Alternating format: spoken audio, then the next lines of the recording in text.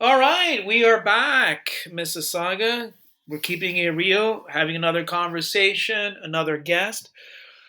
A guest all the way from Hawaii, actually. I haven't had a guest come from Hawaii. I've had guests from Iceland and India and even as far as Australia. So I'm really excited to welcome our guest. My guest from Soundgate Ministry, and his name is Narayan. And really, what really intrigued me about connecting with Narayan is his healing sanctuary, his abode. And, just before we came on, he was mentioning that he's been in the healing wellness arena more than 10 years plus. So, Narayan, I just want to really welcome you to Mississauga Keeping It Real and having a conversation. So, thanks for coming on board. Oh, it's my pleasure. Yeah, thank you so much for inviting me. And Yeah, how do I say your name? yeah, it's a Banu. Banu. Okay, Banu, very yeah, good. Banu means the sun in Hindi. Ah, beautiful. And we were just talking about this before we just started. And I want to start with your name, Narayan. So Hmm. how did you get that? Because you're a white man with when I saw this name, I'm like, this is an Indian Vedic name. So Narayan. What's the story behind that? Like, was there a change and you're like, you watched some Vedic religious Hindi movie and you're like, I'm going to change my name? Yeah, thank you for asking. Yeah, it's funny. Whenever I meet somebody in person and they've heard my name, they always assume that I'm going to be, a short Indian man, Yeah. and so yeah, it kind of throws people off. But yeah, it's an interesting story, and it starts way back in the '90s. I moved into a Hare Krishna temple uh, Ah, in I think 1994, okay. and I had just come out of a lifestyle that was, you know, pretty reckless, um, drugs and things like this, and I was actually in a drug rehabilitation center in 1991, and I was looking in the Eastern philosophy section at books to read. I had picked up a Ram Dass book and I read that, and it sparked my interest. And so I walked into the library one day looking for something to take back to the center and read. And I came across this book on the shelf that was embossed and it had this golden spine, and it was like it had this aura around it. It was like glowing. And I was like, whoa, what is this? And I pulled it out and it was the Bhagavad Gita. And Mm, so I took it home and I read the whole thing. I mean, I don't know, it's a thick book. It's equivalent to like the Christian Bible, right? yes. And so I read this in 3 days from cover to cover, and it clicked. It was just life changing. It was the first thing that I read that just made sense to me. And so that was where the interest started. And then that was 1991. And then in 1994, I found myself in Hawaii on the Big Island. And I ran into these Krishna devotees on the beach, and they invited me to kirtan. And so I started going to kirtan and chanting with them. And I just loved it. It felt like home. And I was getting ready to leave there. It was the day I was leaving the Big Island. It was a year later. And I was kind of in a desperate situation. My girlfriend had just left me. I was sleeping in uh, an abandoned house. My car broke down. I had no money. And I'm talking to this guy on the beach, an hour or two before I get on the plane. And I'm going back to San Francisco. He's like, "What are you going to do when you get there?" I said, "Man, I don't know. I have no idea." And he says, "Why don't you go to the Hare Krishna temple?" And I said, "Oh, you can do that?" I said, "Would they take me in?" And he says, "Yeah, you're a devotee." He said, "Just go up there and tell them you're a devotee and see if they take you in." And so that's what I did. I met my girlfriend on the street, tried to rekindle things with her. She said no. And the Hare Krishna Center was right there above Haight Street. So I walked up, knocked on the door, and they took me in. And so I moved into the temple, became a devotee, shaved my head, wore the tilak, the chanting, the whole thing, handing out carnations on the street, giving people hugs, making prasadam. And I just fell in love with it. And it was one of the most impactful and enlightening experiences I've ever had in my life. It was an awakening, so to speak, at 21 years old. And, coming from a history of drug addiction, uh, to moving straight into the temple, and it completely changed my life. And so, I became familiar with all the deities and the names, and of course Narayan, and the meaning of the Sanskrit, and how the words themselves, as well as the pronunciation, the vibration, that they're not separate from each other. And so it was very impactful. And I stayed in the temple for a year, and I was right up to the point of becoming initiated, and I decided to leave. So I didn't get an initiate name. So then fast forward to, I think, 2012, and I was in a plant medicine ceremony, and I was getting ready to move to Hawaii. And in the ceremony, the name came to me, Narayan, and it said, "You need to change your name to this name." And I just said, okay. And from that point on, I became Narayan. And, I was given the reason why. And the reason why was because if I take this name, then I have to live up to that standard, to that quality of the name. So it'll help me on my spiritual path, as well as anybody who says the name, it's going to help them. Anybody who hears the name, it's going to help them. And so, yeah, I decided to take the name, even though I wasn't given it by a guru. I was given that name by even higher power. And so Narayan Das, the servant of the Supreme Lord. And so, yeah, I became Narayan in 2012. I'm just going to put you on the spot here. Narayan, what is the meaning behind it? What is the meaning? Narayan is the Supreme Lord, or the Supreme Man. Yeah. Um, and he's kind of at the top of the ladder of all of the Hindu deities. And Yes. yeah, from my understanding, he's not dealing so much with the earthly properties, as as more like just the holder of the entire container. Um, and so, yeah, And you got this message. You said you went through like a plant initiation, and then you saw images and visuals, and no, you got to change your name. Like, was it through that process that the plant ceremony? I think you mentioned yeah, yeah. It was ayahuasca in ayahuasca. particular. Okay, okay, okay. Yeah, Ayahuasca. Yeah, yeah, yeah, yeah, and it was kind of at the beginning of my working with that plant.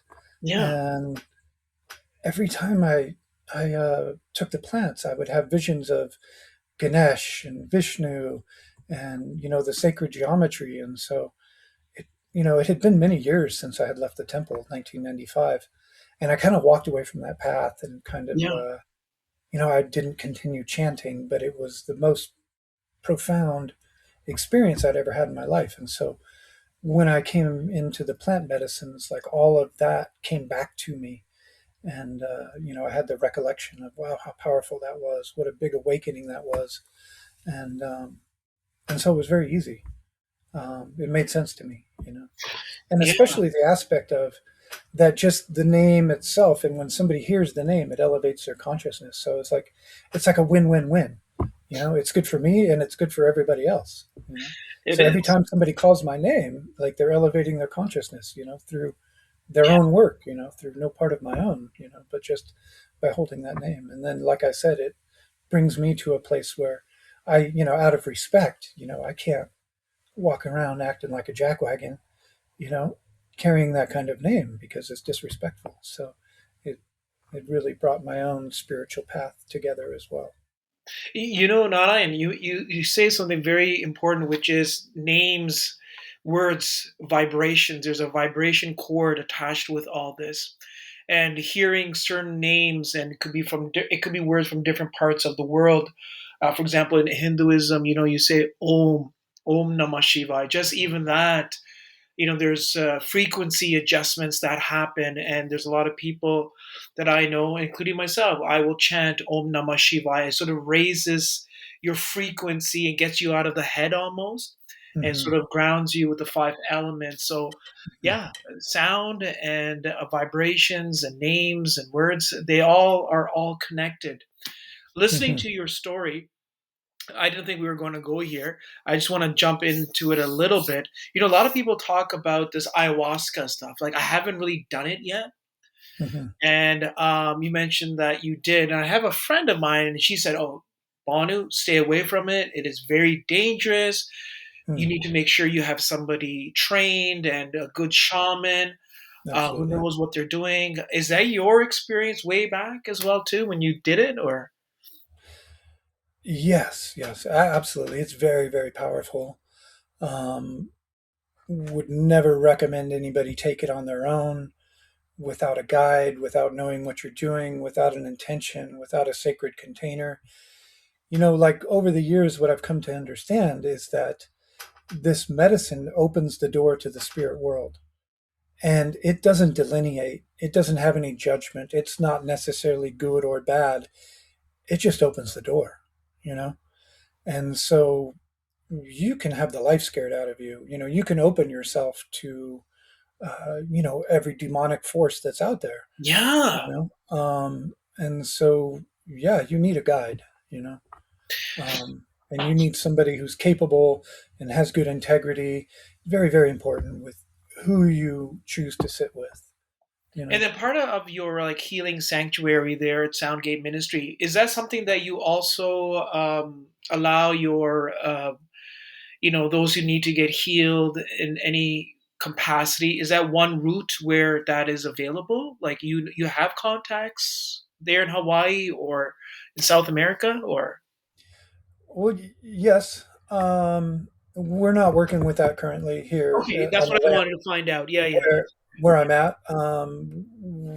We have for a yeah, while, and things can go out of control very quickly. And you're inviting a lot. You're bringing a lot of energy, and so it's great. yeah. I highly recommend it, but you need to be careful. You do, Um, yeah. Yeah, and so what happened over the last few years, I think it was in 2020, and I had sat in a ceremony in Los Angeles with an indigenous elder from the tribe called the Hunikuin from the Amazon forest, and their lineage goes back thousands of years. That's what they do. They work with this plant. I sat in one of these ceremonies, and it was the most mind expanding, wild, scary, but fascinating experiences that I ever had. So that did something to me inside. It sparked an interest, and that was in 2017. And then in 2020, this is a great story. I was at a Fourth of July party with a friend, and I had been listening to their music. They're very musical, very enchanting, and so I got very interested in them. So I started learning to play their music on guitar and sing their songs and learn their language. And in 2020, at a party, I turned around to a girl and I said, "You know what? I'd love to have the Honey Queen out here on Kauai." And she kind of laughed at me and she's like, "Oh, wow, yeah, great. How do you think you're going to do that?" I said, "I don't know, but I just feel it." And the 12 hours later, I got a message on my phone in a WhatsApp group from a woman that I don't know who was in a mutual group that we were both in. And she sent me a message personally. She doesn't even know me. And she said, "Do you want to bring the Huni Kun to Hawaii?" I was like, "What? This is mind blowing." And I said, "Yeah, of course." And so I did. We got on the phone. We talked about it. I organized it. I brought the Huni Kun here, and it was right during the height of COVID. So we had just come out of lockdown. We weren't even allowed to gather in groups of more than 10 or Oh yeah, 15. those were the dark And days. Yeah, yeah, so I had all of this opposition against me. Everybody's telling me, "You're crazy. You can't do this." And I said, "Well, the train already left the station, man. It's happening." yeah. And I don't know, we had 50 or 60 people show up at this really beautiful spot in the mountains with a river nearby. And so I brought these guys out here for the very first time in 2020. And that I connected the fireplaces, is like, what people like to say, we connected the Amazon to the islands. And it opened the door. And ever since then, it's been a steady flow. So I've had the Noke Koi, the Hunikun, the Yawanawa, um, the Shipibo. I've had all of these tribes reaching out to me directly, asking me to bring them to the islands.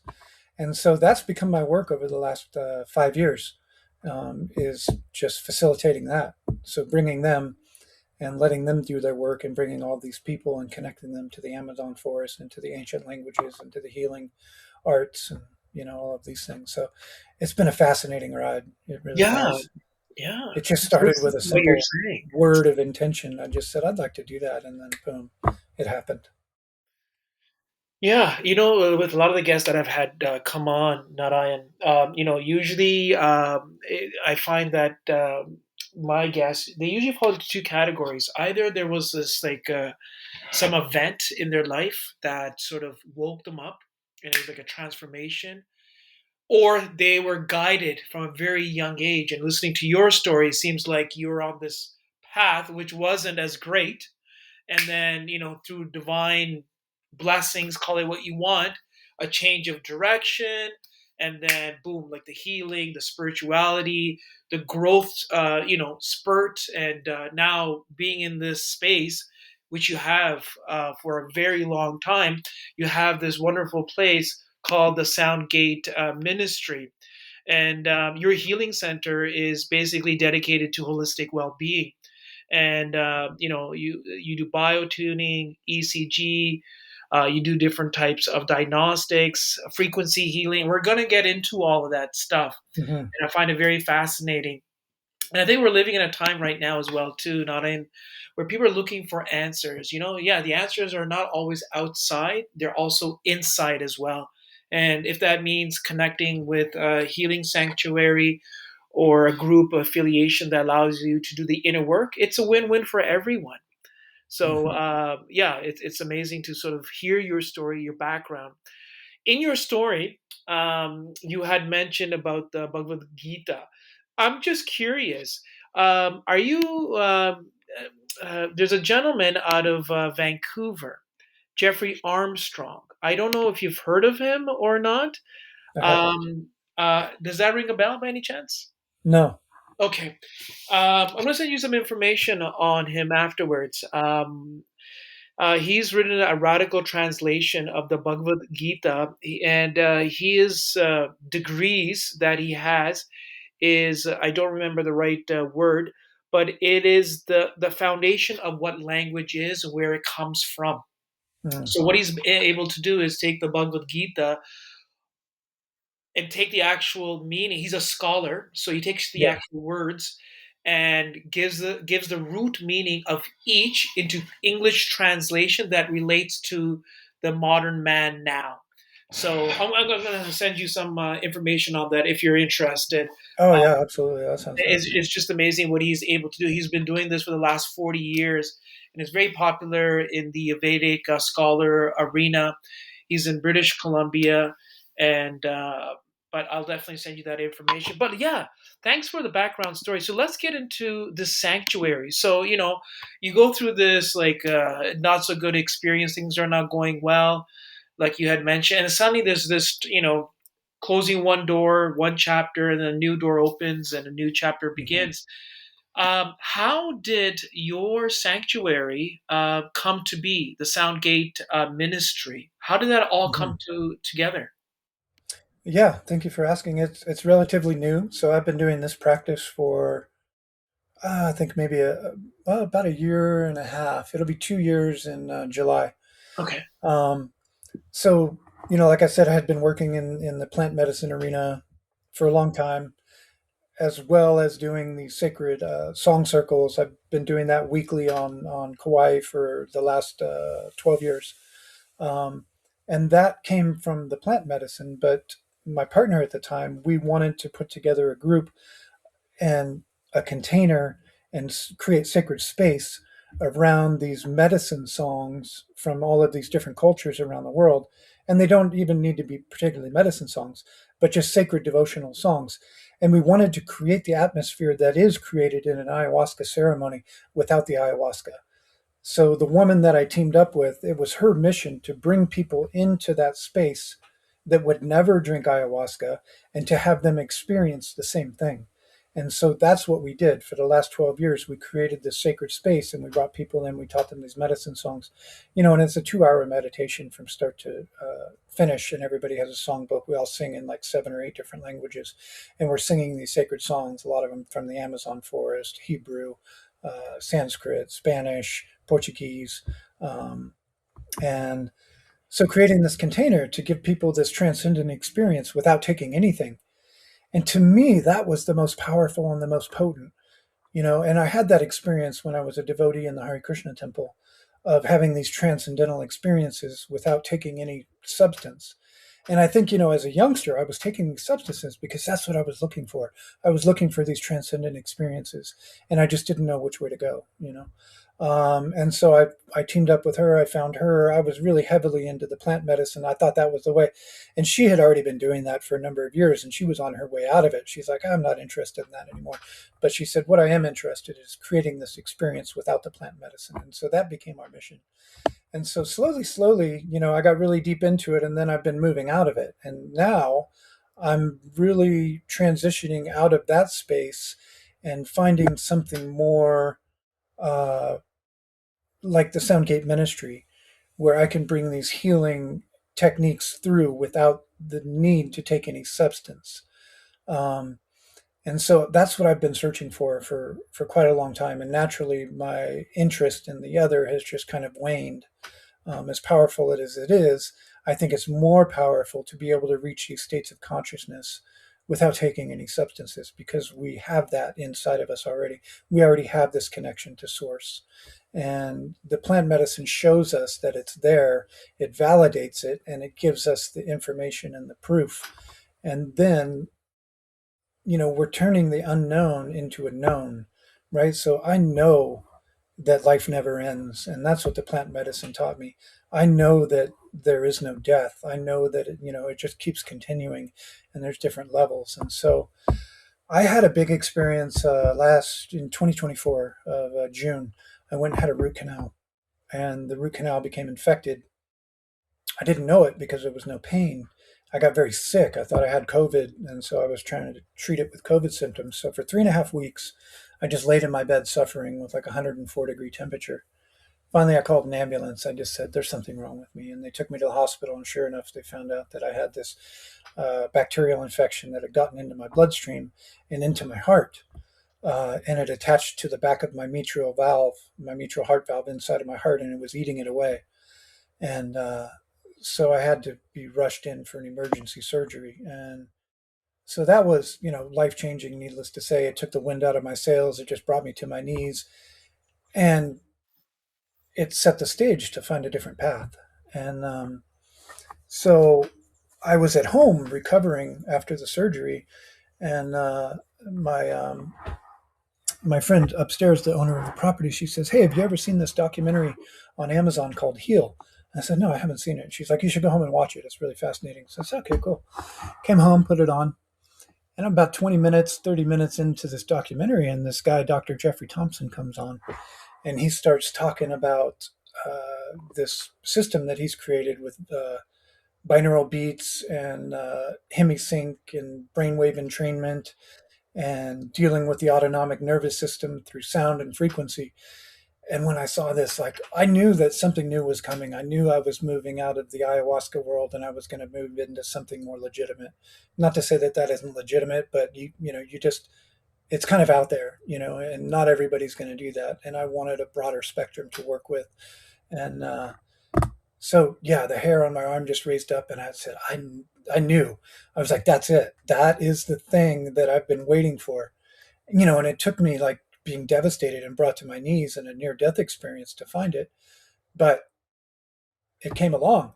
So I watched this 20-minute segment and I was so inspired. I got on the phone immediately. I got on the internet. I looked them up. I didn't know if you could purchase this equipment or if they did any training, anything like that.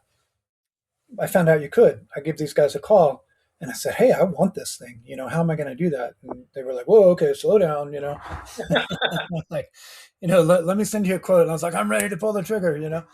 And so, yeah, they sent me a quote. It was very expensive. And, synchronistically, what happened is while I was in the hospital, my partner at the time set up a GoFundMe campaign to raise money for me. So when I came back from the hospital, I wouldn't have to work. She raised $16,500. I get the quote from these guys, and it's $16,000. I said, "Oh my God, wow!" And I never had that kind of money to just drop on a piece of equipment, and suddenly I had it, and I didn't need it. I was doing okay. My rent was paid. It was like extra money, and so I did it. I bought the system. A couple of weeks later, it showed up. I had $500 left in that donation, and I realized that it wouldn't run on a PC, that I needed a Mac. And so I went to Home Depot and spent the rest of it on a Mac. Came home, set it up, did the training online, and started inviting people to come and experience this. And so that's how Soundgate Ministry was born. Wow. Wow, what a great story. Like looking like in hindsight, do you think that tooth, the surgery or the what was it? You said you had a Root canal. root canal. You think that was like looking back, it was part of like the bigger picture to for you to go through that process actually? Like even though like Absolutely, the yeah. body always keeps the score, right? So yes, the medical term is that you had some bacteria, so forth. But sometimes there's always this other side where most people do forget that, things do happen for a reason. There's probably a reason why that happened, and then to identify as a bacteria. But then here you are having this whole new different experience, and things just change. Yes, yeah. As devastating as it was, and as hard as it was to, assimilate, and I'm still going through it. I'm still putting the pieces back together, and it's difficult. I was in prime athletic shape. I'm a surfer. I've been surfing big waves for the last 25 years. I had all of this strength and stamina, and I lost it. I can barely surf a knee-high wave now, so it's very humbling. But sometimes in our life we really need to be humbled, and I was on this path, and I'm just, when I get into something, I dig in, and I'm just 100%. I'm black and white, and when I get onto something, I go and I go and I go. And I really probably needed to be brought to my knees to shift course. And so yeah, I looked at the whole situation, even while it was happening, as a blessing. And I said, I know that this is happening for my benefit, for my good. And I wanted something new, and I wanted to stay involved in the healing arts, but I was done with ayahuasca, you know. And so this crossed my path, and I've been digging into the background of how this started and who were the pioneers of this. And Robert Monroe of the Monroe Institute is one of the big players. And so for the last few weeks, I've been digging into his books, and I just can't stop reading them. They're just so fascinating, and I'm so blown away at the level of how he describes reality outside of the body, you know? And so this is opening a whole new door, a whole new pathway into understanding uh, the nature of reality in a way that is mainly science, right? So Robert Monroe he never had any experience with Eastern philosophy. He was an engineer and a radio station owner who was having out of body experiences, and he wanted to study that. And so he put together Monroe Institute, and he started working with EEG and brainwave scanners and started documenting everything. And so in his books, he goes on to describe all of his experiences out of body and the constructs that he encounters and the beings that he meets outside of earthly realms who've never been human, So and cool. all of these different consciousnesses. And it's coming from a strictly scientific engineer Western mind, which is absolutely different than the Hindu ayahuasca religious uh, part of it. So it's it's what I wanted. I wanted a way to take this metaphysical and make it repeatable and have evidence that it actually is working, that we can heal the system, and that there is proof. There is proof that sound and frequency heal the system. And I knew that from my background with ayahuasca and the songs and the medicine and the healing that comes through sound. That was one of the biggest things, the key things to my journey into the medicine was sound and how sound affects um, the physical body and the nature of reality. And I wanted a way to validate this and bring it into scientific um, community, to do that. And so now I have this system that I plug people into these monitors, and I can see their autonomic nervous system. I can see when they're in fight or flight. I can see that when they're in rest and relaxation, and I can apply sound and I can tune their autonomic nervous system into homeostasis. And then I can find that exact frequency that puts a person into homeostasis. And I target that frequency, and then I create soundtracks in that frequency that puts them into homeostasis. And then on top of that, then we can go into different brainwave entrainments like alpha, delta, beta, gamma, theta, epsilon, lambda, all of these different brainwave entrainments. And so it is a scientific approach to the metaphysical. And it's bringing these two worlds together, which is really what I was interested in doing. Yeah, bringing these two worlds together, right? For I guess centuries, everybody saw science and spirituality as two different entities, two different paradigms. But in the end, it's the same thing. They're like sisters almost, and they're coming together now. And there's a huge overlap. Science is catching up and saying, yeah, like you said, I didn't know, I don't know too much about the Monroe Institute. I'm going to look into them. And but like you said, he had a completely different, like a Western approach to everything. But Right. on Yeah. the other side, in the Eastern world, I have friends, I've had guests who do astral traveling, and then they connect with other beings from other places around this universe, galaxy. And this person with the Western mindset was able to do the same thing. So there's a connection. People are coming together and realizing it's one. I want to go back to what you said earlier, Narayan. I love the fact, like, here I am, we were talking about ayahuasca, and, you have to make sure you're very careful. You have the right shamans. And a lot of celebrities are doing them. First ones that comes up is like Mike Tyson. You see him on YouTube. It's like, oh man, I've tried it. It was just great.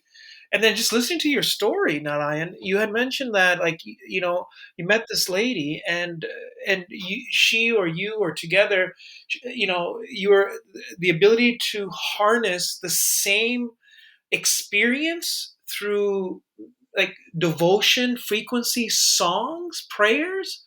That is mind blowing. Hmm. Hmm. Like, now, is this like something that, like, these are retreats? I think you guys said they're like 2 hours long, and they're in different languages. So how does that work? So is it like me putting headphones on and you just hit play on a button, and I'm like, or am I lying down? Like, what's happening? Um, no, what what her and I did together, and this is a fascinating story. I'll tell you real quick. Yeah. I was had just gotten introduced into the ayahuasca, and I was having these visions. And the weekend before I met her, Source, God, Creator, whatever you want to call it, told me you need to be in service to others.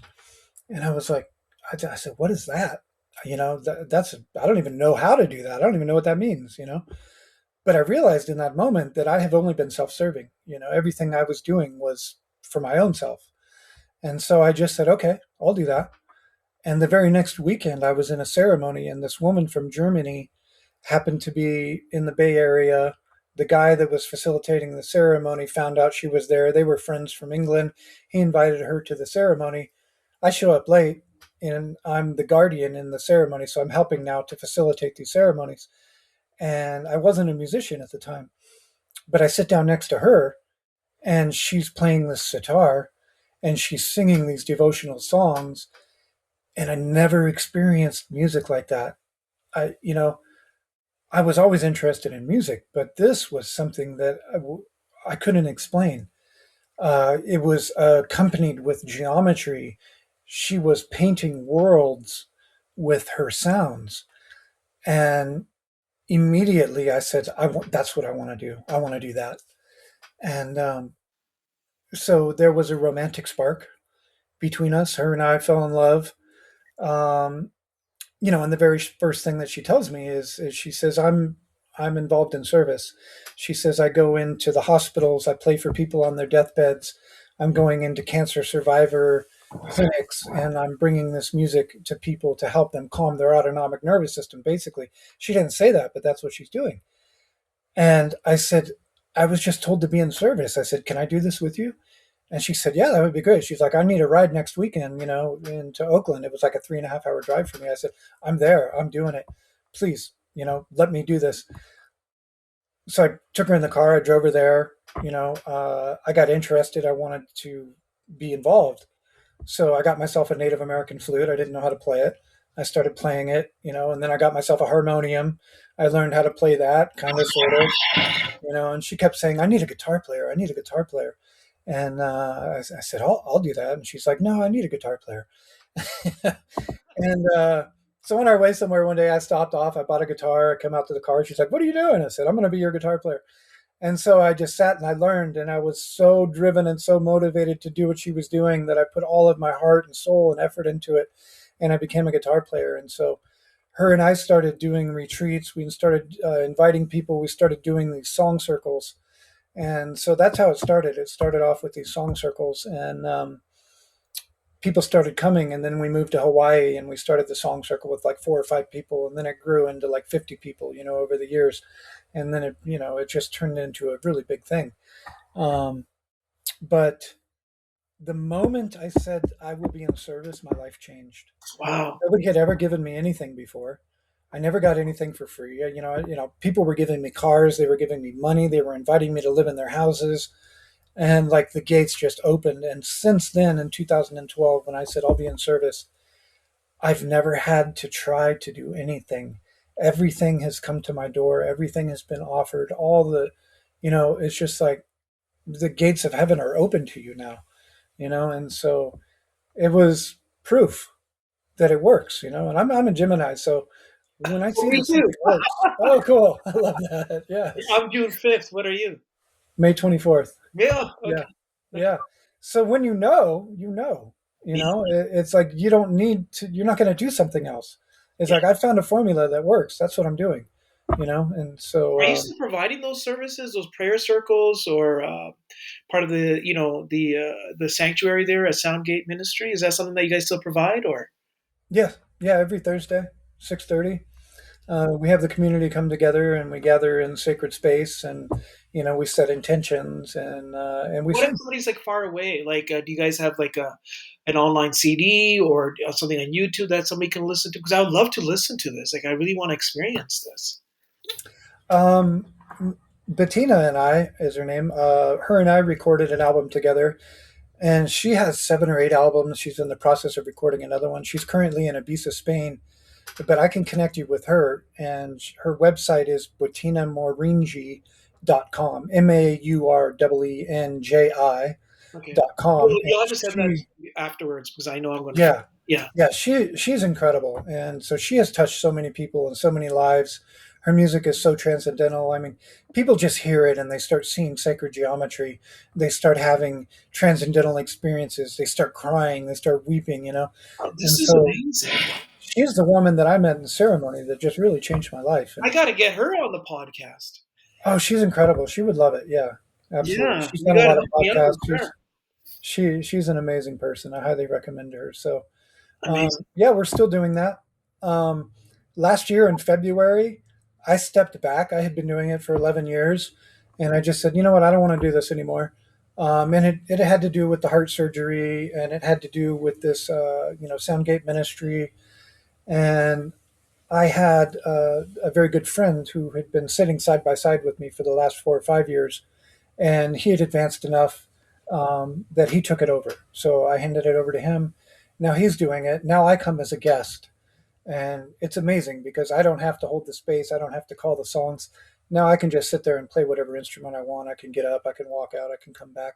So it's continuing on, which is really a beautiful thing, to see the work that you have established and that Bettina had established, and then she brought me into it, and then she left. I carried it on, and now my good friend Udi, he's carrying it on, And now it's freed up my time and my space to do something different, but the practice is still happening. That's amazing. Yeah, Yeah. definitely want to connect with her.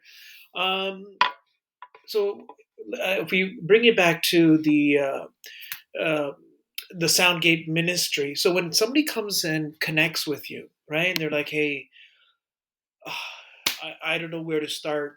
Like, do you have like an initial session?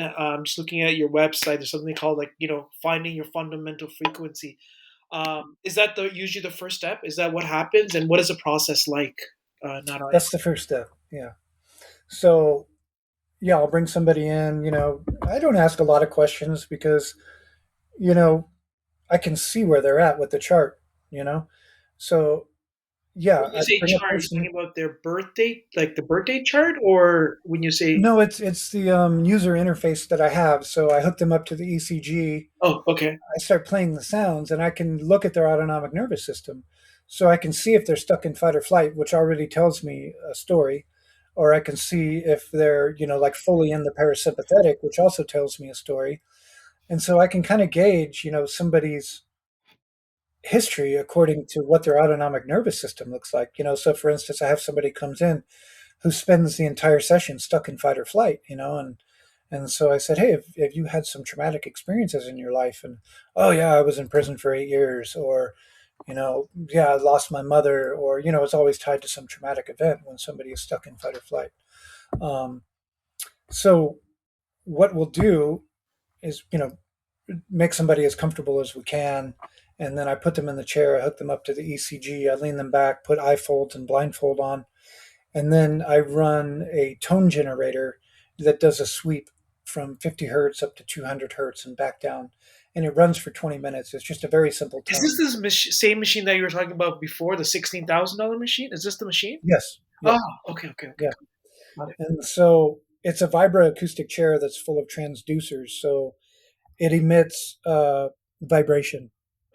You can hear it, but there are frequencies that are so low in the bass spectrum that they don't translate into sound, but they translate into vibration, which is very powerful. So this chair is full of transducers, and then the higher frequencies come through the headphones. And so what I'll do is put somebody in the chair. I plug them into the ECG, which monitors their autonomic nervous system. I start the tone generator, and then I can see it gives me the note and it gives me their autonomic nervous system. So I can see, you know, a particular note is pushing them away from homeostasis, whereas another particular note is drawing them in towards homeostasis. And it's all automated, so I don't have to do anything. I just simply run the frequency. And it'll spend 20 minutes going through these different octaves. So it'll hit the same note 4 times, I think, in like 5 minutes. So it'll hit it, in the high range, in the low range, in the mid range. And so as we're coming close to their note, they'll come closer to homeostasis. As we move away from their note, they'll move farther away. And so sometimes it happens in 5 minutes, sometimes it takes 20 minutes, sometimes it takes 4 or 5 sessions if somebody's extremely stuck in fight or flight. But the body does respond to a resonant frequency that everybody has. Every person, everything on earth has a resonant frequency, the frequency that basically holds them together. And so when they hear their resonant frequency, they respond and they move closer towards that calm, centered homeostasis point. So the software captures that homeostasis point. And then I have a library full of neuroacoustic, binaural beat soundtracks that are 30 minutes long. So then I'll lay them back and I'll play a soundtrack in their frequency and monitor their nervous system. And I've had a few stubborn clients that have taken a really long time to get into homeostasis or to get their parasympathetic to turn on. Um, but 99% of the people that I have seen, I have been able to pull them out of fight or flight and to get them into the parasympathetic, to get them into homeostasis. Um, and they respond to the sound.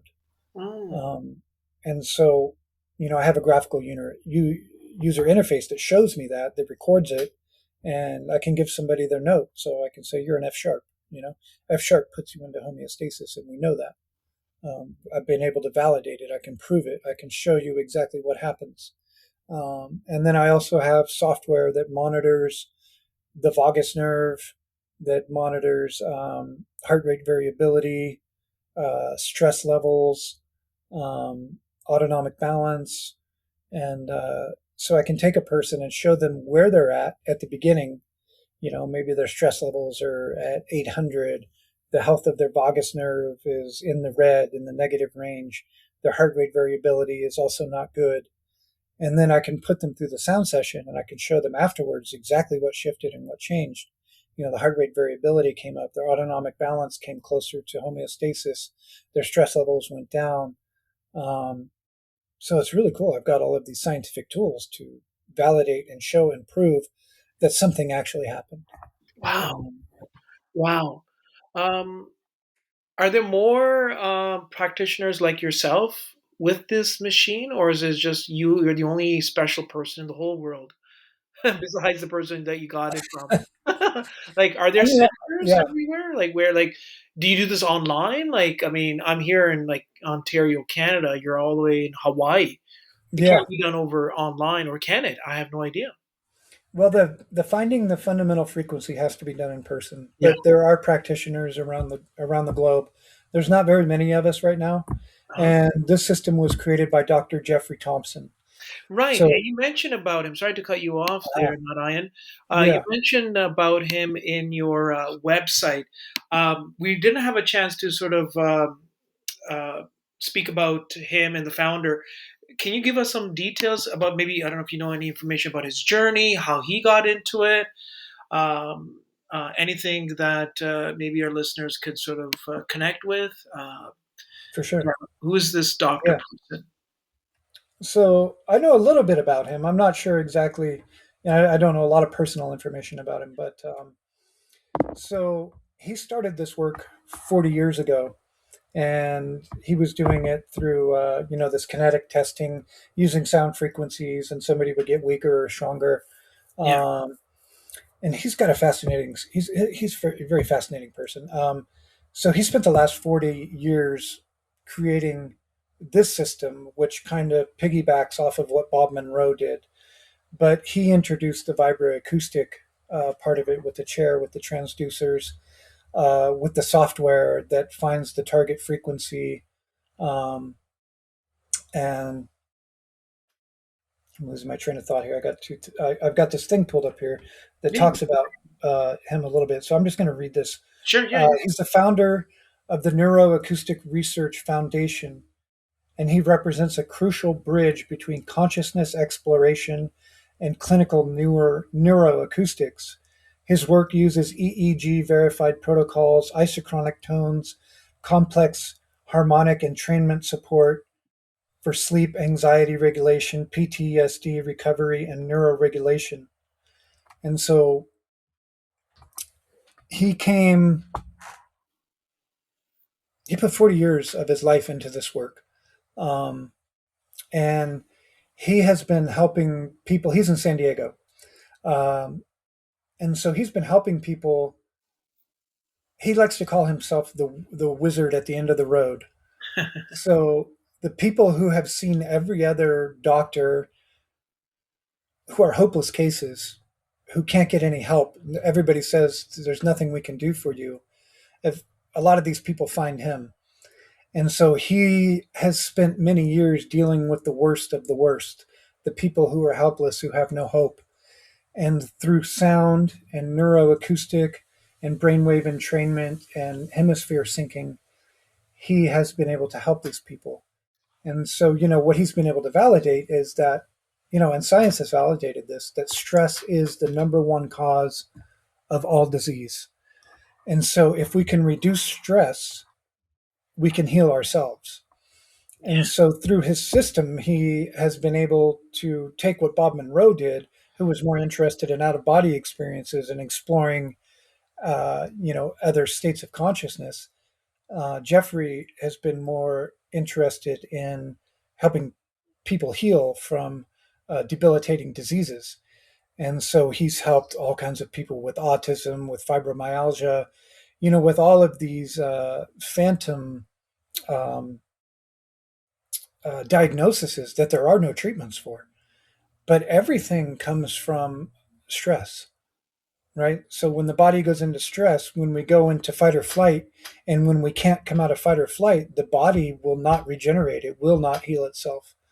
And so through sound and through targeting a person's fundamental frequency, we bring them into homeostasis. We turn the autonomic nervous system back on that may have been offline for some people for their entire lives. When they experience a traumatic experience at childbirth, or at a very young age, they're stuck in this fight or flight, and the battery just keeps degenerating and degenerating and degenerating, and it'll kill you. And so through sound and frequency and targeting a person's fundamental frequency has been like the core thing of his work. And then turning the autonomic nervous system back on, uh, people regenerate and they begin to heal.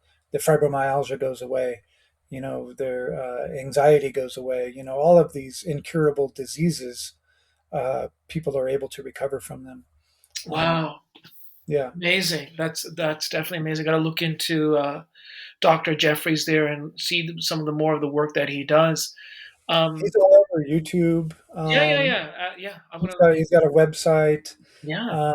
And so I think there's probably 20, 25 of us practitioners around the world. Okay. So we're You know in, anyone here in Ontario, Canada? I believe there are people in Canada. I can definitely find out for you. Yeah, yeah, We're all on a chat group, and so we're all connected and yeah, share yeah. That'd be information that amazing. way. Yeah, I Um, appreciate that. Yeah, yeah. we live in such fascinating times, and I think it's great because here I am talking to you and never heard of this technology. I know of other frequency healing modalities, but this is the first one that I'm hearing of, and it just shows.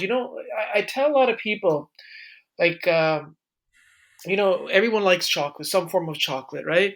It could be a Kit Kat, a coffee, a Swiss chocolate, Lindor's, whatever it is. So when you go to the candy store, whatever your taste buds like, you will reach out and get that, Kit Kat or coffee Hmm. crisp, whatever it is. And Hmm. I see healing the same way. This whole world that we call healing, it's like walking into a healing store and saying, okay, today I need this body massage. I need this frequency healing massage. I need Hmm. this Reiki, prana energy. They all have their uniqueness. Hmm. And the conclusion of all of those different healing modalities is that they support the holistic person we are, just like a piece of chocolate, serves us by eating it. And there's this like, a good feeling. So there's so much out there. Like, it's just unbelievable. It really is, you know? Yeah. Yeah. Yeah. Something for everybody. And this is not going to appeal to everybody, Yeah. but, Yeah. Exactly. Yeah. um, Yeah. you know, there's so many people of the Western mind that are, they're never going to go to India. They're never going to sit in a temple. They're never going to chant Hare Krishna, Yeah. you know? And so this is great, and there are, I was listening to a guy's story who came across the soundtracks and the binaural beats and Bob Monroe, and he had been an alcoholic all of his life to the point where he was going to die. And he had a near death experience, and that helped him recover. But the doctors, his heart rate was so high that they said you are for sure going to die if you can't bring your heart rate down. And so he tried meditation. He tried breathing exercises. He tried all of these Eastern philosophical things, yoga. Nothing worked for him. Within 5 minutes of listening to one of these neuroacoustic soundtracks, his heart rate dropped immediately into a normal range. And so it was the only thing that worked for him. Yeah. And, he's not a meditator. And so what's really cool about this, it's so fascinating, is that this brings you into a state of consciousness within about 6 minutes. It shuts the thinking mind off. What would take a meditator, you know, Yeah. That's 5 years to yeah. accomplish, we Yeah. can accomplish in 5 minutes. Yeah. You know, so it's super powerful. There's a thing called frequency following. I Okay. don't know if you've heard of this, but I it's know validated frequency, by but not science. all the way. You take a whole bunch of metronomes set at different timing and you put them all in the same room. eventually they will all sync up to at the exact same time. You take a bunch of clocks and you put them on the same wall, and they could all be doing this within a short amount of time. They're all doing this. So when you introduce a frequency into the brain, especially through the chair and the neuroacoustics, we're 98% water, right? So the body responds and the brain responds, and it can't not respond. It has to respond. So we are forcing, very gently, the brain and the body to come into uh, a frequency like delta or alpha or theta, and you can't not do it. It's frequency following. It's science. It just happens, and it happens very quickly. Um, yeah, so it's profound, and it is the least invasive form of treatment that there is, because you're not taking a pill, you're not taking a medication. You're just simply lying down and putting a set of headphones on, and just like that, you can go into a delta brainwave. And delta is where the body recovers, where it heals itself. And so, when people go to sleep, if they're stuck in fight or flight, they're not going into delta brainwave frequency. So their body won't regenerate, it won't heal. So we can take somebody who's not asleep and put them into a delta brainwave frequency, and their body will start to regenerate and heal. Does this frequency? Have you ever experimented, or maybe there's a different branch of this when it comes to stem cell, stem cell rejuvenation? I don't know what's the right word I'm looking for. There's a lot of athletes, and heading down to Mexico and spending, I don't know, a couple of hundred, or 16, $15,000 on stem cells. Does it work on stem cells where it sort of reawakens dormant cells in our body? Do I, you know I anything about don't that? know. That's a great question, but I'm not sure. I'll Yeah. look into that. Oh yeah. I know that when we put ourselves in a brainwave state of alpha theta borderline state, that's called the flow state, and that is very good for athletes and competitors.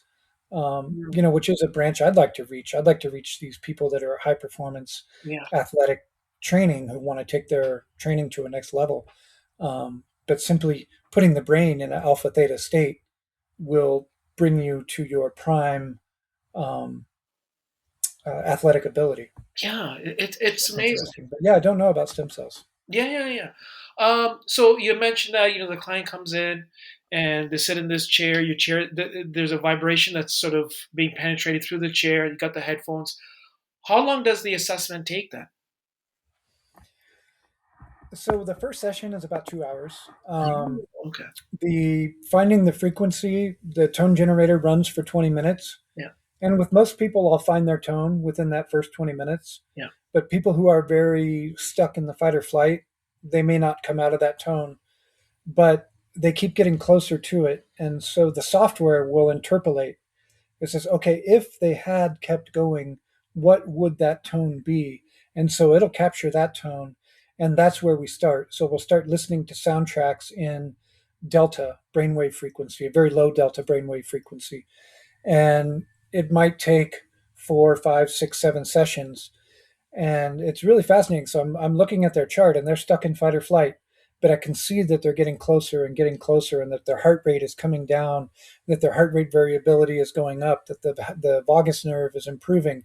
And so I can see that they're making improvements. And sure enough, after 4, 5, 6 sessions, they finally cross over into the parasympathetic, and to me, that's just like victory. I'm just like, yes, we did it. And so yeah. we're turning their autonomic nervous system on. And then from that point, it sticks.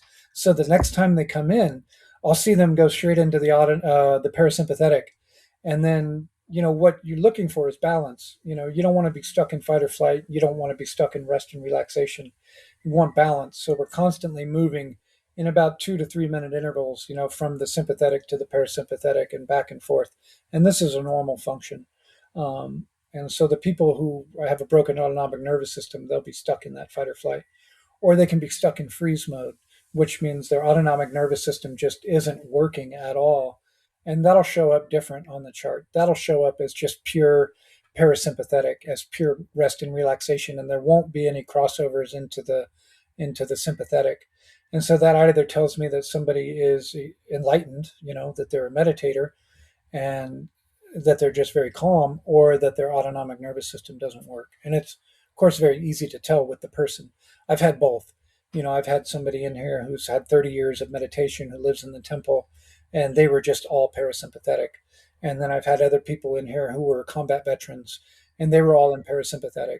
And obviously, they're not calm and relaxed and in that state. So, um, but yeah, I've been able to help all of these different kinds of people, from people, prison, combat veterans, people with childhood traumas. I had one young woman in her 30s that she came to me and she said, I've been stuck in freeze mode my whole life. And she never had that validated. She never looked at a chart, but that was her feeling. And so I brought her in, and she had eczema and acne, social anxiety, didn't feel comfortable in groups, didn't want to leave her house, and just a young, beautiful woman with all of this capacity. And so I was able to validate it. Say, yeah, you're stuck in freeze mode. And within 3 or 4 sessions, I got her autonomic nervous system firing again. And she was coming to see me for about 6 months straight, and every week. And the rate of progression with her was just incredible. Her eczema went away, her acne went away, her fear of crowds went away, her life circumstances started changing, doors started opening, and it was just such a blessing to see a young, capable, educated woman with her whole life ahead of her fixed just like that. And she had been to every doctor, she'd taken every medication, and nobody and nothing could help her. And she saw me on Instagram, and she just said, I have a feeling that this is going to help me. And she came, and really saved her life. And you know I've had a few stories like that, but even one story like that just makes it worthwhile. It's like, wow, this person's life has changed, because of this practice. Yeah, the practice. Yeah, absolutely. When a lot of people go through this, the healing, and it could be any form of modality, uh, the body always keeps the score, right? I forgot the name of the author who sort of came up with that, but it's true. The body definitely keeps the score. So when somebody goes through the a healing session, and I know I've experienced it myself with the work that you do there. I'm assuming there's a healing crisis for these patients. Like they have some type of reaction. Just like you go from like, okay, New Year's resolution, that's it. I'm gonna be fit. I'm gonna start exercising. No more, junk food. No, nothing like that. And then your body's craving it, right? It wants the chips, the cokes, or whatever it is, the drinks. With your patients, is there a healing crisis that they go through? Like it could be an emotional release, crying. I think you mentioned body detox. Hmm. Yes, absolutely. And I've seen some people that I brought in. They were stuck in fight or flight. I get their autonomic nervous system working, and then they suddenly stop coming. They and some people don't want to be fixed. Yeah, Um, and I'll have some people that it's a defense mechanism that's in the subconscious, because they don't want to deal with their stuff. that's right. So they'll just stop, or they'll be in the middle of a session and suddenly they have to pee like so bad that they have to stop the session. Yeah, Um, and one of the most dramatic cases I had, thankfully, was my sister. Um, and we grew up in the same household, so I have a feeling that she was been stuck in fight or flight most of her life. We had a lot of traumatic things happen. So I had her out here visiting, and I put her in the chair. And about 10 minutes in, she just started sobbing and crying. And I had already given her 2 sessions, and I was able to validate that she was stuck in fight or flight. I couldn't get her out of it. Um, and so it was like the third session that finally cracked her. And she just started crying and sobbing and shaking and sweating and convulsing. And but then it worked. We cracked her. I got her autonomic nervous system firing again, and yeah, it was a beautiful experience.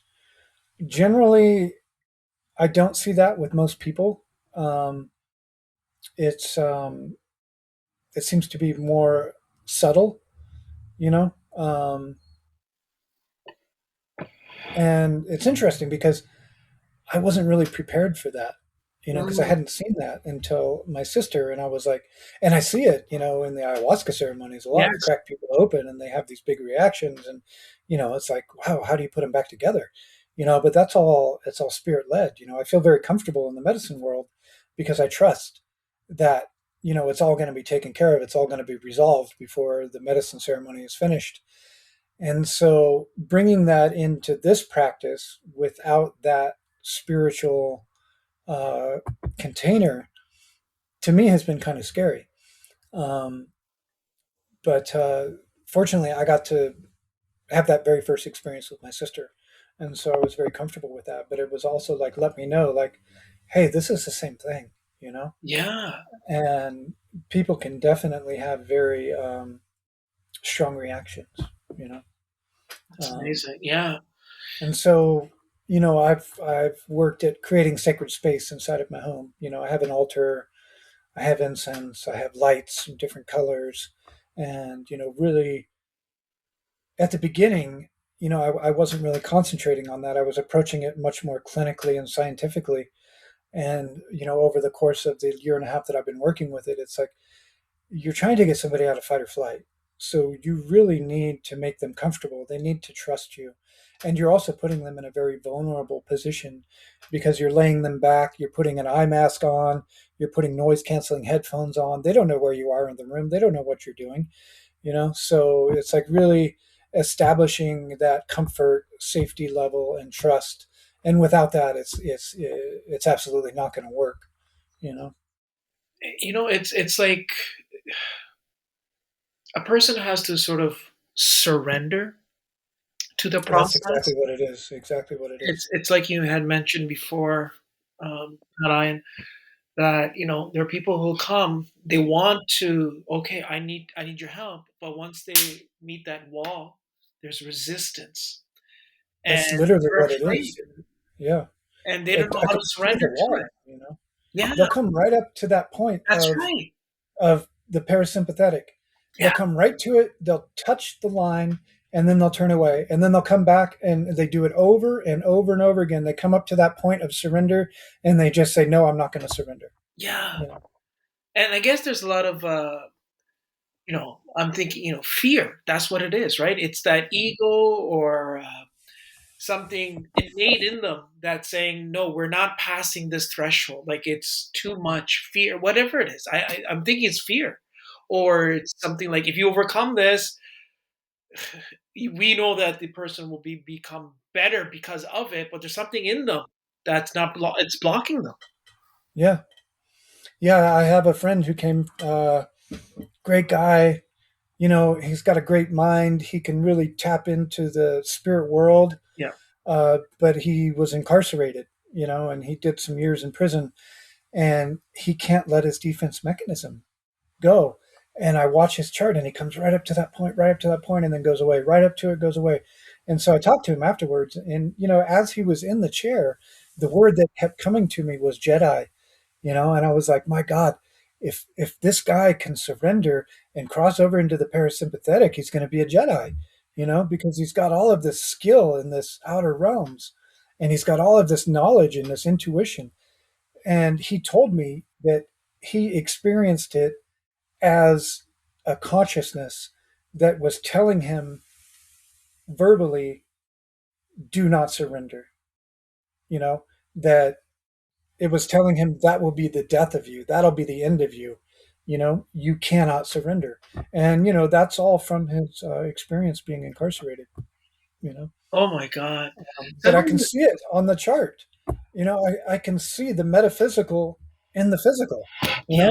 It's so fascinating. I can see somebody's consciousness displayed on a graphical user interface. If you know how to translate it, it's it's fascinating. It is.